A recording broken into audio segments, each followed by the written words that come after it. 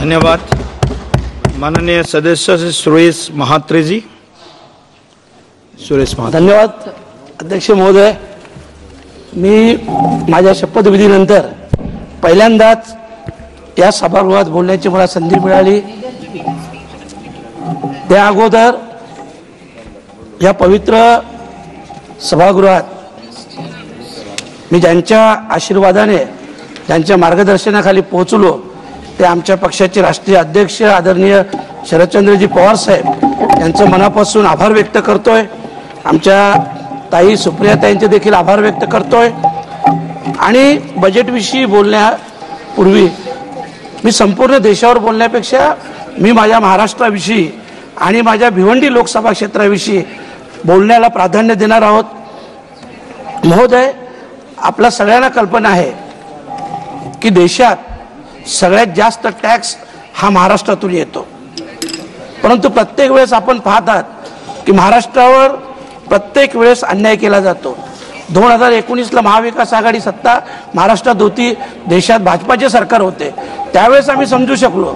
परंतु आता देशात देखील भाजपाचे सरकार आहे, महाराष्ट्रात देखील भाजपाचे सरकार आहे, तरी सुद्धा आमचा जो टॅक्स निधी तो आपल्याकडे येतो 100% नव्हे तर आम्हाला 50% तरी कमीत कमी मिळावा. 10 ते 15% जी आमची बोलवण केली जाते आणि जो आमच्या महाराष्ट्रावर अन्याय केला जातो त्याविषयी माझा स्पष्ट विरोध मी दर्शवतो. दुसरी गोष्ट महत्त्वाची आहे, महाराष्ट्रात आणि खास करून माझ्या भिवंडी लोकसभा क्षेत्रात बुलेट ट्रेन माझ्या लोकसभा क्षेत्रातून जातोय. या बुलेट ट्रेनचा कार शेड माझ्या लोकसभा क्षेत्रात आहे. महोदय, या बुलेट ट्रेनसाठी हजारो करोड रुपये खर्च केला जातो. परंतु या बुलेट ट्रेनच्या याच्यात जे काही गैरव्यवहार झालेले आहेत, मी प्रांत असतील, कलेक्टर साहेब असतील, तिथले पोलीस कमिशनर असतील यांच्याकडे लेखी तक्रार दिलेली आहे. जे मोदी साहेबांचं ड्रीम प्रोजेक्ट आहे आणि त्या ड्रीम प्रोजेक्ट खरं म्हटलं तर हे देशाच्या शिरपेचात एक मानाचा तुरा आहे. मला मान्य आहे, मी अभिनंदन देखील करतो मोदी साहेबांचं. परंतु इथं खूप मोठ्या प्रमाणात भ्रष्टाचार झालेला आहे. काहीशे करोड रुपये हे परत रिव्हॅल्युएशन करून 2020ला एका जागेचं एका स्ट्रक्चरचं व्हॅल्युएशन 100 रुपये केला जातो.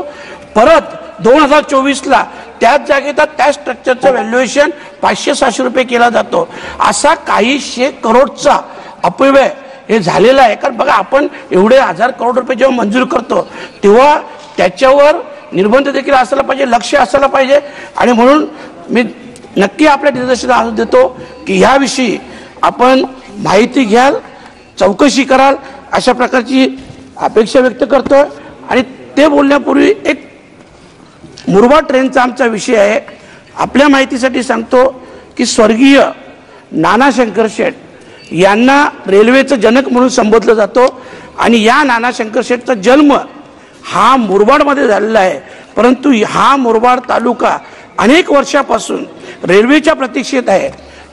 2022-23 मध्ये मुरबाड रेल्वेला मान्यता मिळाली, 864 कोटीचा प्रोजेक्ट बनवला. परंतु त्याच्यात आणखी लँड ॲक्वायरसाठी फक्त 1300 करोडची आवश्यकता होती.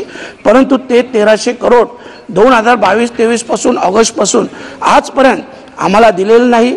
जर ते 1300 करोड दिले तर मुरबाडवासियांचं स्वप्न पूर्ण होईल. याहीपेक्षा महत्त्वाचं, जे रेल्वेचे जनक आहेत नाना शंकर शेठ यांच्या स्मृतीस खऱ्या अर्थाने आपण श्रद्धांजली वाहू असं माझं मत आहे. आणि मला विश्वास आहे की आपण हे 1300 करोड रुपये मंजूर करून या रेल्वेला प्राधान्य द्याल. महोदय, जेव्हा बुलेट ट्रेनचं आपण पाहतो, बुलेट ट्रेनपासून तुम्ही 20 ते 25 किलोमीटरच्या अंतरावर गेल्यानंतर आमचे जे काही रेल्वे स्टेशन आहेत, वाशिंद असेल, आसनगाव असेल, आटगाव असेल, बदलापूर आहे, अशा रेल्वे स्थानकात जर तुम्ही परिस्थिती बघितली, तिथले बाथरूम बघितले, तिथले बाकडे बघितले, वरचे शेड बघितले, एक शेड 1 करोडच्या शेडचं काम बदलापूर रेल्वे स्टेशनमधून 2 वर्षापासून चालू आहे, ते पूर्ण होत नाही. म्हणजे एकीकडे आपण बुलेट ट्रेनसारखा लाख करोडचा प्रोजेक्ट बनवतो, दुसरीकडे काही करोडांचा विषय आहे तिथं आपण जाणीवपूर्वक लक्ष देत नाही. ज्या मध्यमवर्गीयांच्या जीवावर ही रेल्वे एवढी फायद्यात आहे तर त्या मध्यमवर्गीयांकडे आपण आवर्जून लक्ष द्यायला पाहिजे. तिसरा महत्वाचा मुद्दा आहे की आपण शेतकऱ्यांविषयी चांगल्या योजना आणल्यात किंवा शेतकऱ्यांच्या मालाला भाव मिळाला पाहिजे, हमी भाव मिळाला पाहिजे, उत्पन्न वाढलं पाहिजे. पण हे सगळं करताना मी आपलं लक्ष आवर्जून महाराष्ट्राकडे वेधेल की सगळ्यात जास्त महाराष्ट्रात शेतकऱ्यांच्या आत्महत्या होतात. परंतु या आत्महत्येला जी काय भौगोलिक परिस्थिती असेल, जीही परिस्थिती असेल, या परिस्थितीवर मात करून त्याच्यातून मार्ग काढणे हे शासनाचं कर्तव्य आहे. परंतु गेल्या अनेक वर्षापासून हजारो शेतकऱ्यांनी आत्महत्या केल्यानंतर देखील आज पण ही सारखीच परिस्थिती आज आमच्या महाराष्ट्राच्या शेतकऱ्यांवर आहे. तर कृपया करून या गोष्टीकडे आपण लक्ष वेधलं पाहिजे, त्याच्यात मार्ग काढला पाहिजे. कारण शेवटी जरी भौगोलिक परिस्थिती वेगळी असली तरी भौगोलिक परिस्थिती सुद्धा आपण इतर देशात गेलो का पाहतो की भौगोलिक परिस्थितीवर मात करून ते लोक खूप पुढे गेल्यात. आपण देखील जाऊ शकतो, तशा परिस्थिती आपण करावा. आता जो कुंभमेळा झाला सगळ्या हिंदूंचे श्रद्धास्थान आहे. 144 वर्षानंतर अध्यक्ष महोदय हा योग आलेला आहे. एवढा चांगला योग आलेला असताना आपल्यालाही कल्पना आहे कुंभमेळ्याचं नियोजन हे महिना 2 महिन्यापूर्वी होत नाही. हे कमीत कमी 10, 12, 14 वर्षापूर्वी नियोजन होतं. आणि असं नियोजन एवढ्या वर्षाचं असताना देखील आज तिथं जी काही चेंगराचेंगरी झाली, जे काही लोक मृत्युमुखी पडले, त्या सगळ्यांच्या स्मृतीस मी अभिवादन करतोय, श्रद्धांजली वाहतोय. परंतु या सगळ्या गोष्टी जबाबदार कोण आहे? कारण आज करोडो, आपल्याही कल्पना आहे या देशाची लोकसंख्या 130-140 करोड आहे. तर कमीत कमी त्याच्यातून 45 ते 50 करोड लोक हे तिथं दर्शन. सर मी पहिल्यांदा बोलतो, फक्त 2 मिनिटं बोलतो, 2 मिनिटं मी पहिल्यांदा बोलतो. याच्यावर लक्ष ठेवायला पाहिजे. खास करून विद्यार्थी जे देशाचे भविष्य आहे. आज आमच्याकडे शाळांची परिस्थिती पाहतो. माझं म्हणणं आहे सगळ्या शाळा सरसकट डिजिटल व्हायला पाहिजे आणि सगळ्या विद्यार्थ्यांना सरकारी हॉस्पिटलमध्ये नाही तर प्रायव्हेट हॉस्पिटलमध्ये देखील मोफत त्यांच्यावर इलाज केला गेला पाहिजे. कारण जर आरोग्य चांगलं राहिलं तर शिक्षण देखील होईल आणि या विद्यार्थ्यांचं आरोग्य शिक्षण चांगलं झालं तर भविष्य हे या देशाचं आणि आपल्या सगळ्यांचं हे चांगलं असेल.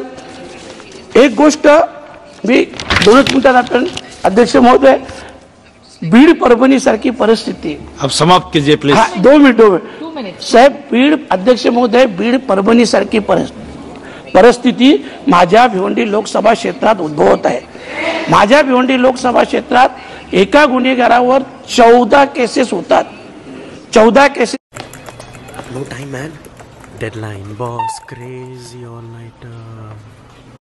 जामीन मिळाल्यानंतर तो आरोपी पुन्हा 6 गुन्हे करतोय. तडीपार असताना 2 गुन्हे करतोय. 50 दिवस झाले पोलीस त्याला अटक करत नाही. तो आरोपी सार्वजनिक कार्यक्रमात, लग्न विवाह असेल, टुर्नामेंट असेल, जाहीररित्या फिरत असतो. माझं म्हणणं असं आहे की ही बीड परभणी सारखी परिस्थिती माझ्या भिवंडी लोकसभा क्षेत्रात येऊ नये. आणि खास करून जे खासदार निधीचा विषय झाला त्याच्यात नक्कीच आपण वाढ करावी. कारण 6 मतदारसंघ आहेत आणि आपण माझं ऐकलं त्याबद्दल मनापासून आपल्याला धन्यवाद देतो, आभार व्यक्त करतो. थँक्यू.